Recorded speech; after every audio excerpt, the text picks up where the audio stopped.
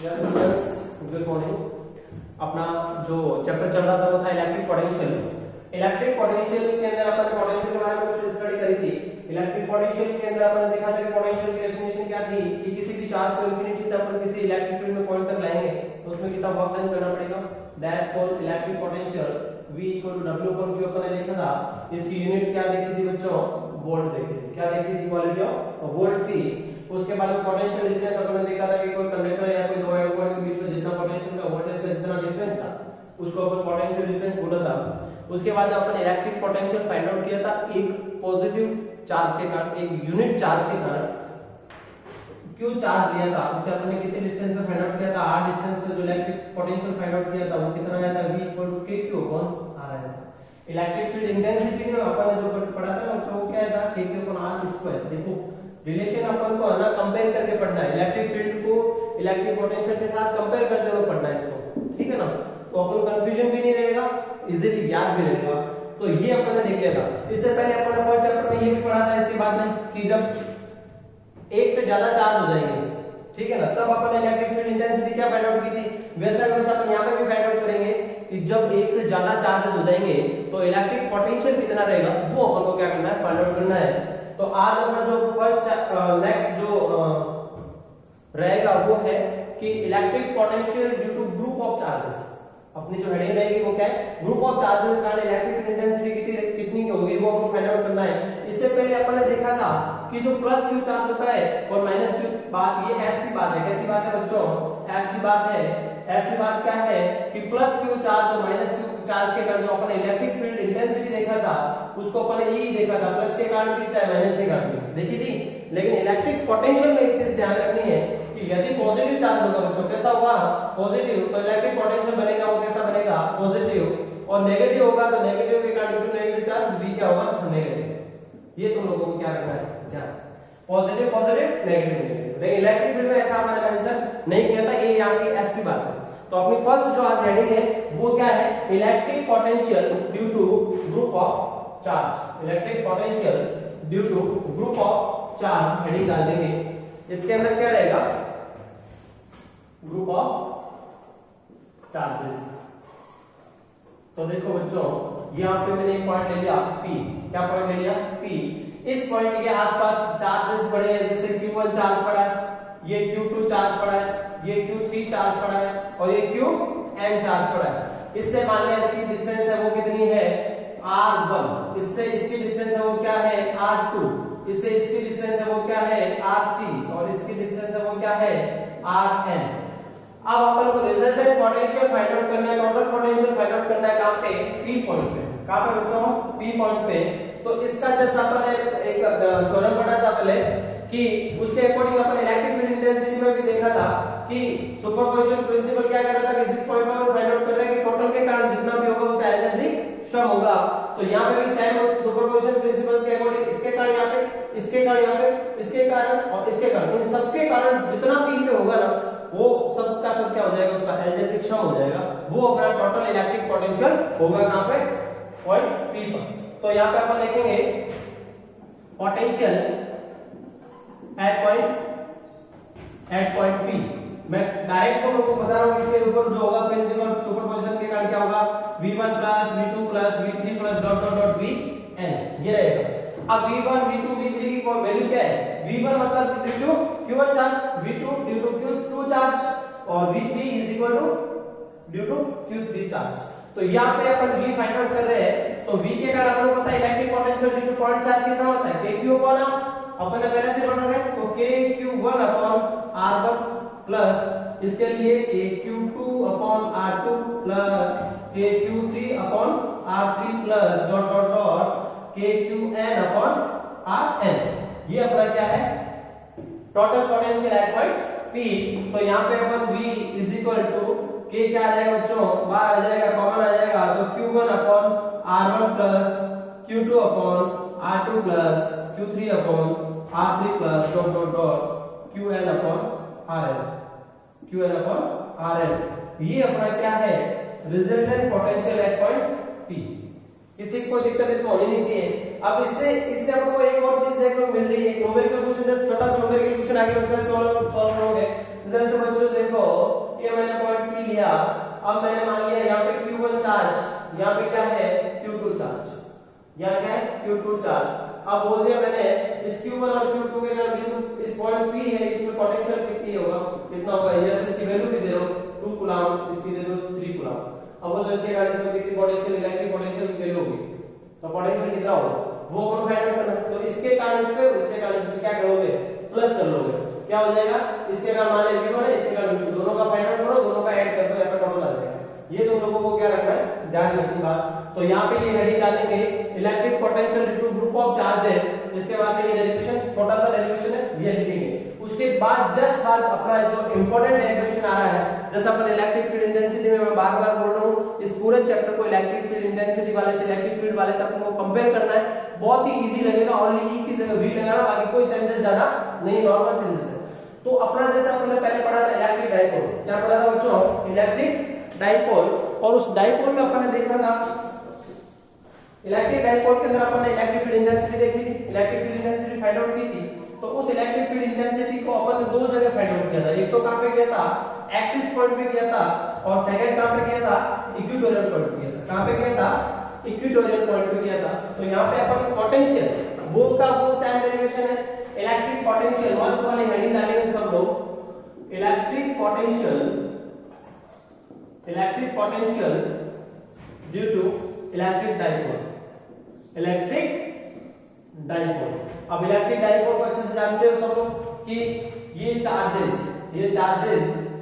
Positive charge, ये क्या हो गया नेगेटिव चार्ज है, पॉजिटिव चार्ज, दोनों के बीच की डिस्टेंस हम जानते हैं, बहुत ही स्मॉल डिस्टेंस अपन लेते हैं, कितनी ले लिया, मान लिया 2l ले लिया, कितनी ले ली 2l, सेंटर से l ये है और सेंटर से l ये है, कोई प्रॉब्लम।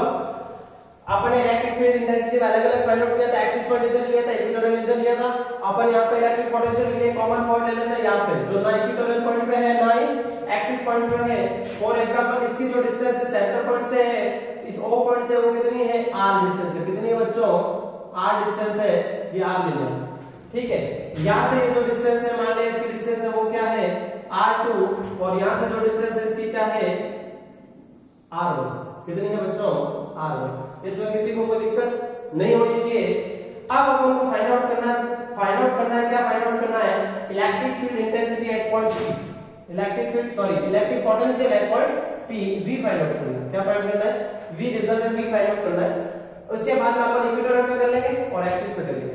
इक्वेटोरियल पे करेंगे बच्चों तो क्या होगा, परपेंडिकुलर होगा, तो अपन थीटा इक्वल टू 90 रख लेंगे। एक्सिस पे 0 होगा तो अपन थीटा इक्वल टू 0 रख लेंगे, तो उसी फॉर्मूले में अपन को दोनों ही वैल्यू मिल जाएगी। तो अब अपन सिंपल सी बातें स्टार्ट करते हैं कि electric potential due to minus q charge at point P। तो सबसे फर्स्ट मैं इधर लिख दूं, क्या लिख दूं बच्चों, due to minus q charge. तो अपन पता है, हमें पता है कि v इक्वल टू क्या होता है, हम v not that v equal to k / r होता है। तो यहां पे इससे मान लिया मैंने, क्या मान लिया v1, इसके लिए क्या है v1 इक्वल टू k। अब बताओ बच्चों k क्यों क्या है, माइनस q। तो मैंने थोड़ी देर पहले ही बताया था कि पोटेंशियल में माइनस है तो अपन को माइनस मेंशन करना है। तो यहाँ पे क्या आ जाएगा, माइनस का q अपॉन बीच की डिस्टेंस क्या है बच्चों, r1, क्या है r1, इक्वेशन नंबर फर्स्ट। इसी प्रकार similarly due two plus q charge v2, इससे लिए अपन क्या मान लेते हैं v2 इक्वल टू क्या हो जाएगा k, q क्या है प्लस का है तो प्लस ले लो, अपन में क्या r2, इक्वेशन नंबर 2। कोई प्रॉब्लम इसमें किसी को नहीं होनी चाहिए। अब अपन को पॉइंट P पे resultant potential, electric potential find out करना है। तो इसके लिए मैं क्या करूं कि total potential at point P, total के लिए हमें पता है कि टोटल के लिए अपन क्या करेंगे, दोनों के साथ जो भी आ रहा है उसको अपन क्या कर लेंगे, ऐड कर लेंगे। तो total V is equal to क्या जाएगा, V1 प्लस V2, V1 और V2 की वैल्यू का इक्वेशन नंबर फर्स्ट है। सेकंड तो मैं यहां पे लिख दूं बच्चों, from equation first and second. First की वैल्यू क्या है, फर्स्ट की वैल्यू है k माइनस का q upon r1 plus second का है k q अपॉन r2। ये माइनस आगे आ जाएगा, तो इसको मैं ऐसा लिख सकता हूँ कि k तो कॉमन आगे मैं बाहर ले लूँ, सॉरी k के पूरे कॉमन आगे मैं बाहर ले लूँ, ये 1/r2 का क्या है प्लस का, और ये 1/r1 क्या है माइनस का, तो इसको ऐसा लिख सकता हूँ, ये r1 माइनस का बाद में लिखते हैं। ठीक, इसका एलसीएम ले लो बच्चों, v = kq, एलसीएम क्या है बच्चों r1 r2, इधर से क्या बचेगा r1 - r2। कोई प्रॉब्लम? Equation number 3। अब r1 और r2 की इसमें सबसे इंपॉर्टेंट बात यही है कि जो ये r1 और r2 की वैल्यूज इसको फाइंड आउट करने आगे जो तो कोई दिक्कत ही नहीं, बाकी तो सिंपल से बच्चों वाली काम है। तो r1 और r2 की वैल्यू फाइंड आउट करने के लिए मैं क्या करूंगा बच्चों, यहां से एक परपेंडिकुलर डालूंगा, सेकंड मार्कर यूज करके देखते हैं। ये जो है वो आपको करना है, मान के चलना है। देखो मैंने ले लिया यहां से परपेंडिकुलर डाल दिया, क्या डाल दिया बच्चों, ये परपेंडिकुलर डाल दिया। ठीक, ये परपेंडिकुलर मैंने यहाँ पे डाल दिया और एक मैंने यहाँ से परपेंडिकुलर यहाँ पे डाल दिया। क्यों डाला? क्योंकि अपने जो ये है ना इस फॉर्म में लाना, r1 और r2 को दोनों को किसकी फॉर्म में लाना है, r, क्योंकि अपन जो एक्सिस पॉइंट पे भी फाइंड आउट करेंगे ना डिस्टेंस, वो कहां से होगा, सेंटर पॉइंट से होगा। इससे और इससे थोड़ी होता है, r1 और r2 से थोड़ी होगा। एक्सिस पे करेंगे तो भी यहां से करेंगे, इक्वेटोरियल पे करेंगे तो भी डिस्टेंस कहां से फाइंड आउट करेंगे, यहां से। तो सेंटर पॉइंट से डिस्टेंस कितनी r, तो r1 और r2 की दोनों की डिस्टेंस है वो अपन को किस में लानी है, इस फॉर्म में लानी है, r की फॉर्म में लानी है। क्लियर है ना चीज? तो यहां से मैं परपेंडिकुलर डालूंगा, इससे क्या फर्क पड़ा, इससे ये पड़ा कि जो r2 की वैल्यू ना तो इस r की यहां से यहां तक इक्वल होगी। ठीक है ना? और यहां मैंने परपेंडिकुलर डाला ना तो यहां से यहां तक r है ना वो कहां से कहां तक है, यहां तक r है।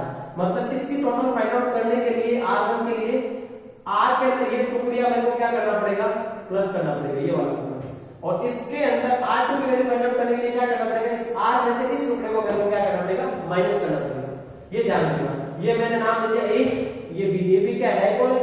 अब इसका मेरे को न्यू नाम देना, ये o है, इसको मैंने दे दिया जैसे m दे दिया, क्या दे दिया m, और इसका नाम दे दिया मैंने n, m और n। इसमें किसी को कोई प्रॉब्लम नहीं होनी चाहिए।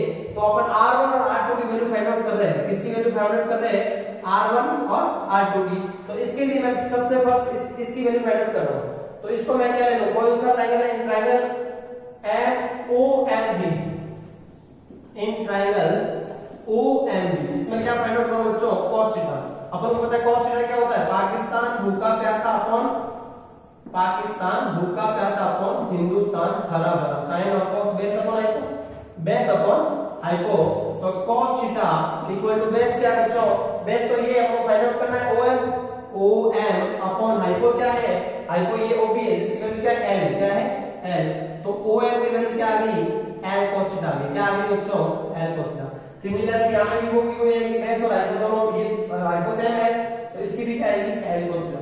तो इसकी वैल्यू आई है L cos थीटा और इसकी भी आई है cos थीटा, ये दोनों की वैल्यू क्या रहेगी, सेम रहेगी। तो ये L cos थीटा आ गई।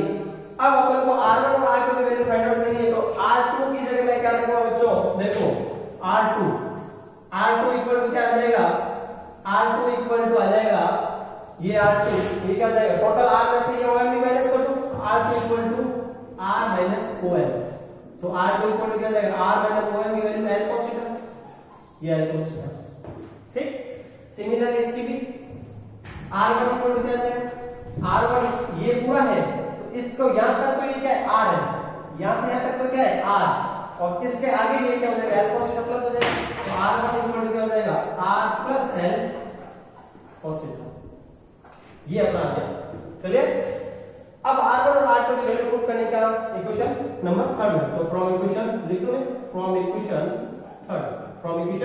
थर्ड इक्वेशन से अपन क्या फाइंड आउट करेंगे, थर्ड इक्वेशन से फाइंड आउट करेंगे, इसके अंदर v इज इक्वल टू क्या आ जाएगा, k क्यूब कॉमन, r1 की वैल्यू क्या आ गई बच्चों, r1 की वैल्यू है वो क्या है बड़ी, ये बड़ी r plus l cos theta, r plus l cos theta minus r2 value ये बड़ी r minus l cos theta upon में क्या होगी वो r1 r2 r plus l cos theta r minus l cos theta. Clear है चीज? अब देखो इसको और इसका माइनस वाला जाने दो, तो ये माइनस हो जाएगा तो r से r कट जाएगा, l cos थीटा और l cos थीटा प्लस हो जाएगा, ये तो कट जाएगा, l cos थीटा क्या हो जाएगा बच्चों, v equal to k cube ऊपर बचा 2l cos थीटा, कितना हुआ l cos थीटा क्या है 2l cos theta upon a plus b a minus b, a plus b a minus b का फॉर्मूला क्या होता है, a plus b a minus b is equal होता है a square minus b square. तो इसके लिए क्या हो जाएगा r square minus l square cos square theta. पहले चीज अब अपनों बचपन वाली कहानी पता है। देखो क्या होता है कि r और l के अंदर क्या रिलेशन है कि r है वो l के कंपेयर l तो छोटा है टुकड़ी है, तो r के कंपेयर में l बहुत छोटा है, तो r is very very greater than l। r is very very greater than l। तो बहुत बड़े में बहुत छोटा का माइनस करेंगे कोई फर्क नहीं पड़ेगा। तो यहाँ पे v इक्वल टू क्या आ गया kq ऊपर आया 2l cos theta upon r square. अब काजू बना तो देखो काजू क्या बनाएंगे ये q into 12। बचपन वाली कहानी याद करो q into 12 क्या होता है कि q into 12 तो क्या होता है बच्चों q into 12 equal to p होता है। क्या होता है p। तो यहाँ पे v इक्वल टू क्या फॉर्मूला बन गया v equal to kp cos theta upon r square.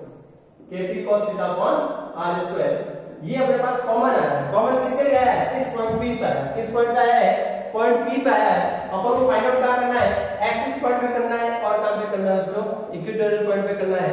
तो फर्स्ट अपन हेडिंग डालेंगे किसके लिए at axis point. At axis point क्या हो जाएगा थीटा इक्वल टू बच्चों 0 डिग्री। तो एक्सिस पॉइंट पे 0 डिग्री होगा तो यहां पर थीटा इक्वल टू 0 होगा तो v इक्वल टू क्या आ जाएगा kp cos 0 की वैल्यू कितनी होती है 1 तो kp upon r square. Second point अपन कहां पर फाइंड कर रहे हैं एट इक्वेटोरियल। क्या करेंगे एट इक्वेटोरियल पे करेंगे तो थीटा इक्वल टू इक्वेटोरियल के लिए क्या होगा 90 डिग्री। जैसे परपेंडिकुलर होगा तो क्या होगा 90 डिग्री। तो cos 90 की वैल्यू कितनी हो जाएगी 0। तो v इक्वल टू कितना आ गया 0। ये एक ऐसी बात आ गई कि इक्वेटोरियल पॉइंट पर पोटेंशियल होता है वो डाइपोल का कितना होता है 0 होता है। कितना होता है 0। इक्वेटोरियल में कहीं पे भी 0 होगा। एक्सिस पॉइंट पे होगा वो क्या आएगा kp अपॉन r स्क्वायर। वहां पे kp अपॉन कितना था 2 kp। एक्सिस पे कितना था 2 kp अपॉन r क्यूब था।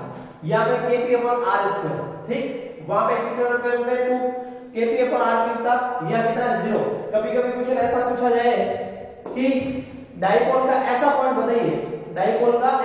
बताइए जहां पर इलेक्ट्रिक पोटेंशियल की वैल्यू क्या होती है 0 होती है। इलेक्ट्रिक पोटेंशियल की वैल्यू क्या होती है 0। तो अपन को फटाक से बताना है कि इक्वेटोरियल पॉइंट ऐसा पॉइंट है जहां पे क्या होता है डाइलेक्ट्रिक इलेक्ट्रिक पोटेंशियल की वैल्यू क्या होती है 0 होती है। अच्छा से इसका स्क्रीनशॉट ले ले और इसके बाद में अपना नेक्स्ट जो टॉपिक होगा वो आज का सिंपल सा टॉपिक है इक्विपोटेंशियल सरफेस। कैसा है बच्चों इक्विपोटेंशियल सरफेस। इसको साफ कर दिया जाए तो कैसा रहेगा इक्विपोटेंशियल सरफेस। नाम से पता चल रहा है इक्विपोटेंशियल ऐसा सरफेस। कैसा सरफेस ऐसा सरफेस जैसे मान लिया ये सरफेस जिसकी हर एक पॉइंट पे क्या हो पोटेंशियल की वैल्यू क्या हो इक्वल। यहां पे भी v है यहां पे भी v है यहां पे भी v पूरे सरफेस में यदि v की वैल्यू v है मतलब सब सरफेस के सारे पॉइंटों पे पोटेंशियल की वैल्यू इक्वल हो तो ऐसे सरफेस को अपन क्या बोलेंगे इक्विपोटेंशियल सरफेस बोलेंगे। और इक्विपोटेंशियल सरफेस के कुछ और भी बातें हम देखते हैं उसके बाद अपन एक साथ लिखेंगे। मान लिया इस पॉइंट पे वैल्यू v है इस पॉइंट पे भी v है तो बताओ इनके बीच का पोटेंशियल डिफरेंस कितना हुआ 0 हुआ। सेम माइनस सेम मान लिया इसके मतलब यहां पे 25 वोल्ट है ना तो सारे सरफेस के सारे पॉइंटों पे क्या होगा 25 वोल्ट ही होगा। ठीक है ना ये पोटेंशियल इक्विपोटेंशियल सरफेस की खासियत है। तो यहाँ पे पोटेंशियल तो इसके एक और पॉइंट अपने को मिल गया इसकी प्रॉपर्टी मिल गई देखो कि पोटेंशियल के सरफेस के इक्विपोटेंशियल सरफेस के हर एक पॉइंट पर पोटेंशियल की वैल्यू इक्वल होती सेम रहती है। सेकंड अपने पास आ गया कि दो पॉइंटों के बीच में पोटेंशियल डिफरेंस की वैल्यू है वो कितनी है 0। और जब पोटेंशियल डिफरेंस नहीं होता ना बच्चों वहां पे किसी भी चार्ज को ले जाने में वर्क करना पड़ेगा वो कितना करना पड़ेगा 0। मतलब एक और अच्छी बात मिल गई है हमको कि इक्विपोटेंशियल सरफेस है तो उसके अंदर किसी भी चार्ज को अपन ले जाएंगे एक्सप्रेस करवाएंगे तो वर्क डन इक्वल टू 0। उसके बाद में अच्छी बात यह है कि इक्विपोटेंशियल दो इक्विपोटेंशियल सरफेस से आपस में इंटरसेक्ट नहीं करते। क्यों नहीं करते जहां पे इंटरसेक्ट करेंगे ना ये सरफेस आप मान लिया इंटरसेक्ट हो गया तो इसका पोटेंशियल मान लिया 25 वोल्टेज था हर एक पॉइंट पे इसका मान लिया 10 वोल्टेज था तो बताओ इस सरफेस पर 25 हो गया 10 हो गया पॉसिबल नहीं। ये चाहेगा 10 हो वो चाहेगा 25 हो तो बिल्कुल भी पॉसिबल नहीं। एक ही सेक्शन है एक ही जगह पे दो वैल्यू होना पॉसिबल नहीं है इसलिए दो सरफेस इक्विपोटेंशियल सरफेस कभी भी इंटरसेक्ट नहीं करते ये चीज याद रखनी है। उसके बाद में इक्विपोटेंशियल सरफेस है जैसे पॉइंट चार्ज अपन इक्विपोटेंशियल सरफेस बनाना है जैसे पॉइंट चार्ज होता है तो उसके कारण इक्विपोटेंशियल सरफेस कैसा बनेगा बच्चों ऐसा बनेगा। कैसा बनेगा ऐसा बनेगा। ये याद रखना है, अभी बनाऊंगा भी। और जो सरफेस होता है, प्लेन सरफेस होता है, उसके इक्विपोटेंशियल सरफेस होता है, वो कैसा है, इस लाइन होगी, वो कैसी रहेगी, परपेंडिकुलर रहेगी। कैसे रहेगी, परपेंडिकुलर। ये याद रखना अपन को। अभी सबसे फर्स्ट हेडिंग डालेंगे इक्विपोटेंशियल सरफेस और उसकी डेफिनेशन लिखेंगे, अच्छी वाली डेफिनेशन लिखेंगे इक्विपोटेंशियल सरफेस की। इक्विपोटेंशियल सरफेस में लिखेंगे the surface in an electric field where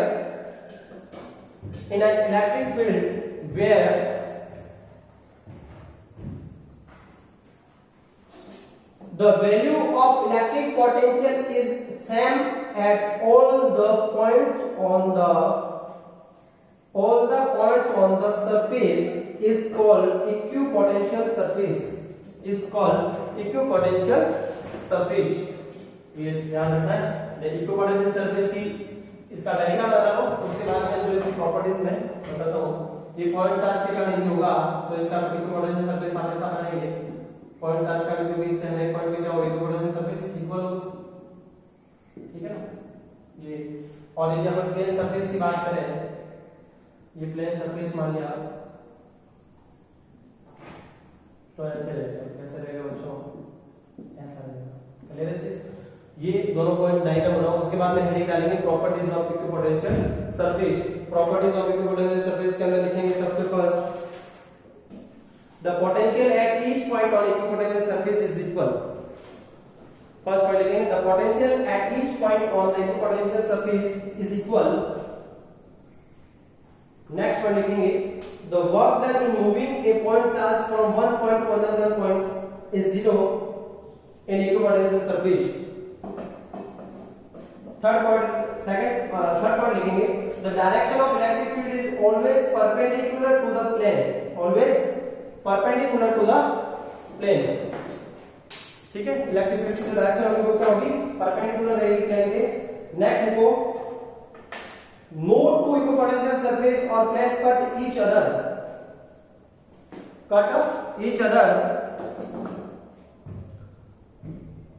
because then there would be two value of electric potential at the intersection point which is not possible।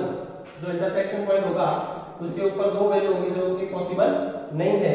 Next point इसका लिखेंगे the surface of conductor is always equipotential. The surface of a conductor is always equipotential. ये अपनी कहानी है आज तक की equipotential. आज की कहानी अपन यहीं पे खत्म करेंगे। आपको बता दूं कि इस चैप्टर के भी कुछ इंपॉर्टेंट क्वेश्चंस है, वो अपन कल की क्लास में देखेंगे। और आज तक का ये जो भी तुम लोग डेरिवेशन है, आज का जो डेरिवेशन है ये डाइपोल वाला और इक्विपोटेंशियल सरफेस है, दोनों इंपॉर्टेंट टॉपिक है। आप अच्छे से इसको लर्न करेंगे। कोई भी डाउट है तो आप पूछेंगे। आज की क्लास यहीं पे रोकते हैं। धन्यवाद।